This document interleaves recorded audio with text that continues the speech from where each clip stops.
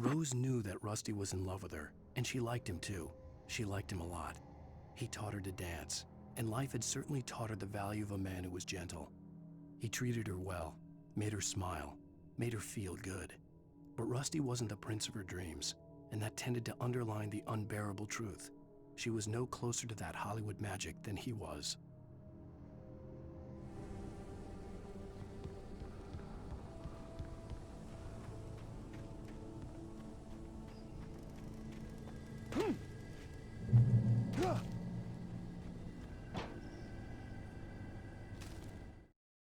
The air in the visitor center was heavy with an awful smell, as if some rotten drowned thing had crawled up from its grave. Rusty kept coughing blood. My eyes were drawn to the twisted shape of his broken leg. The attack had been vicious. Max whined in his cage. Rusty's eyes were wild with fear and terror. He gasped. "Mr. Wake, it happened just the way it was on that page."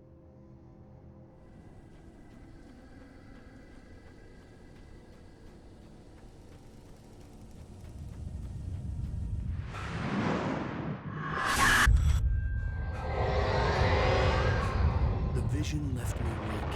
This was no head injury.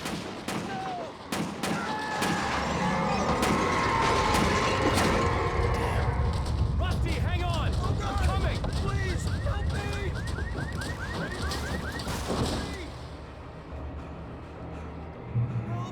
Help me! Can you hear me? Anyone! Please, help! Hello? Back here. I'm back here. Hey. Mr. Wake? Oh, hell. It happened just the way it was on that page. I found. Came true. It knew. So dark. It'll come back for me. You must. The lights. In the office. I have the key. Okay, Rusty. Hang on. I'll be right back. Whatever did this couldn't be far. Rusty had found a page from the manuscript. It would help me understand what had happened.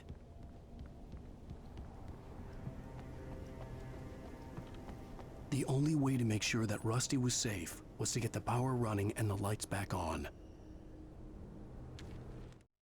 The visitor center was sturdy, but the impact turned the front of the building into splinters. Rusty was thrown across the lobby like a rag doll and hit the far wall hard. It didn't hurt until he tried to move and saw his leg bend the wrong way, felt the broken rib stabbing him on the inside. Rusty howled in pain and fear, suddenly afraid to die alone.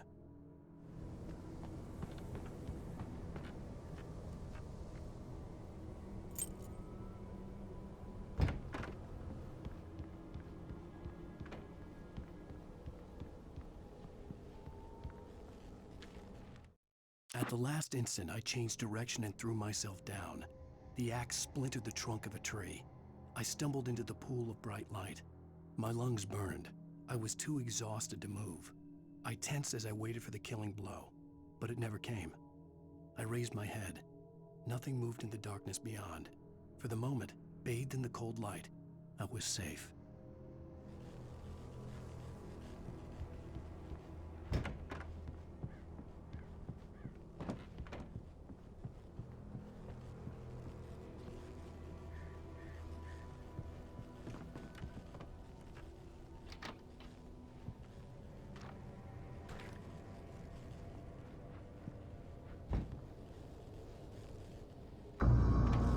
I was too late. Someone had destroyed the circuit breaker. There was no way to get the lights back on. Rusty!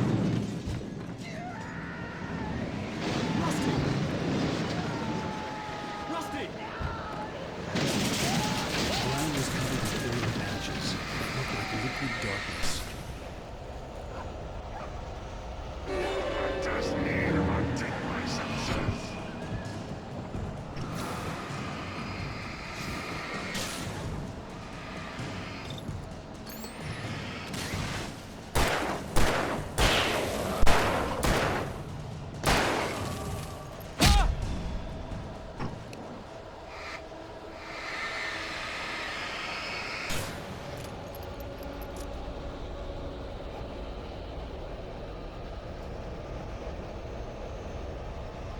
Something had torn a mammoth-sized hole in the wall. Please! Don't feed the animals.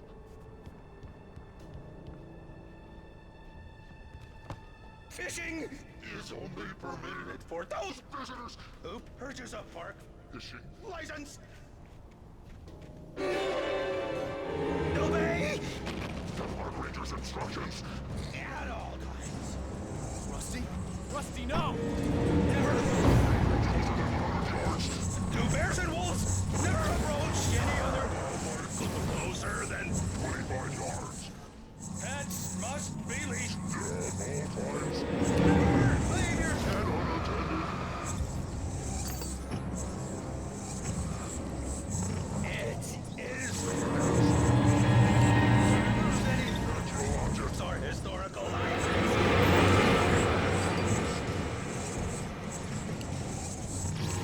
This includes even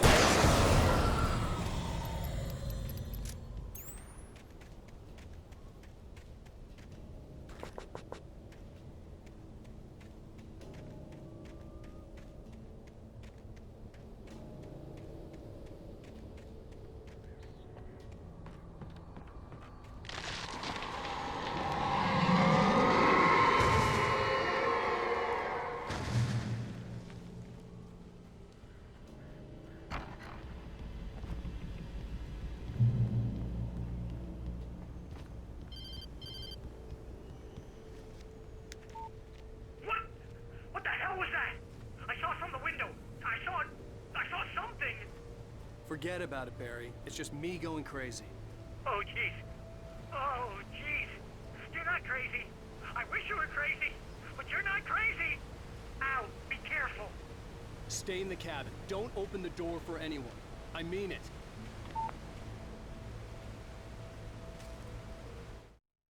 In that last instant of consciousness, Rusty thought about Rose. He was older than she was. Rose was barely out of her teens, but she made him feel young and forget what a train wreck his long-dead marriage had been. He still wore the ring. He'd been waiting for her to tell him to take it off. Now she never would.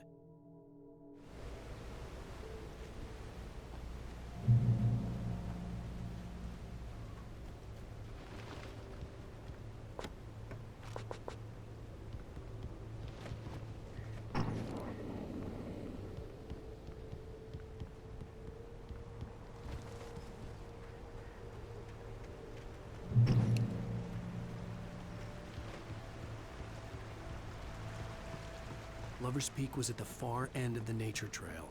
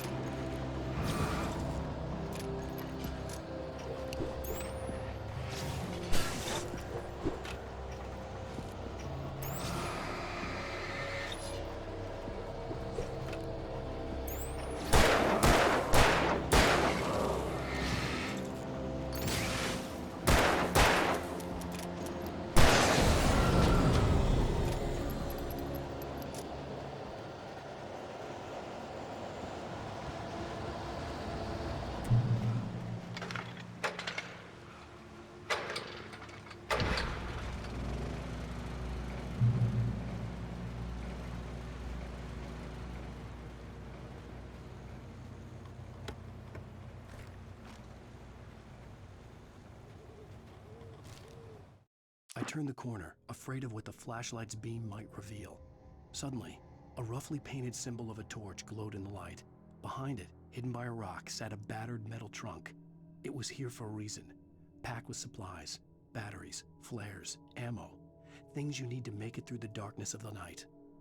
Something left behind by someone who knew what I knew, and more.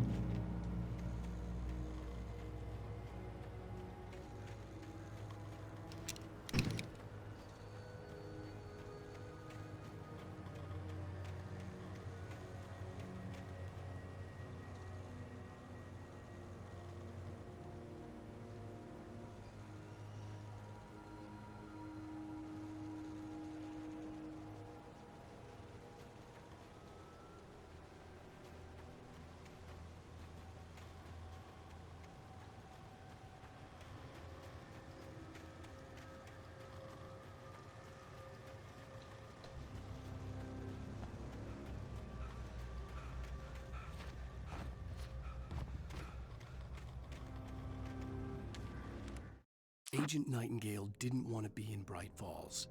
These little communities revolted him, and he didn't like the trees or the coffee. He now knew that impossible horrors lurked behind the storefronts and smiles. He desperately wanted to turn the car around and just drive until he passed out or ran out of road and booze. But he had a job to do.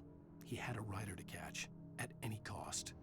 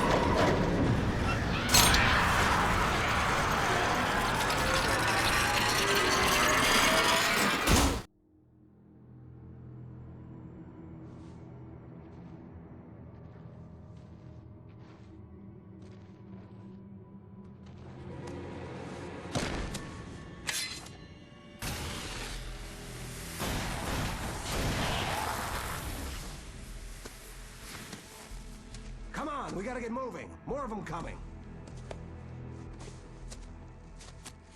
That flashlight's kid stuff. The flares will keep the bastards away.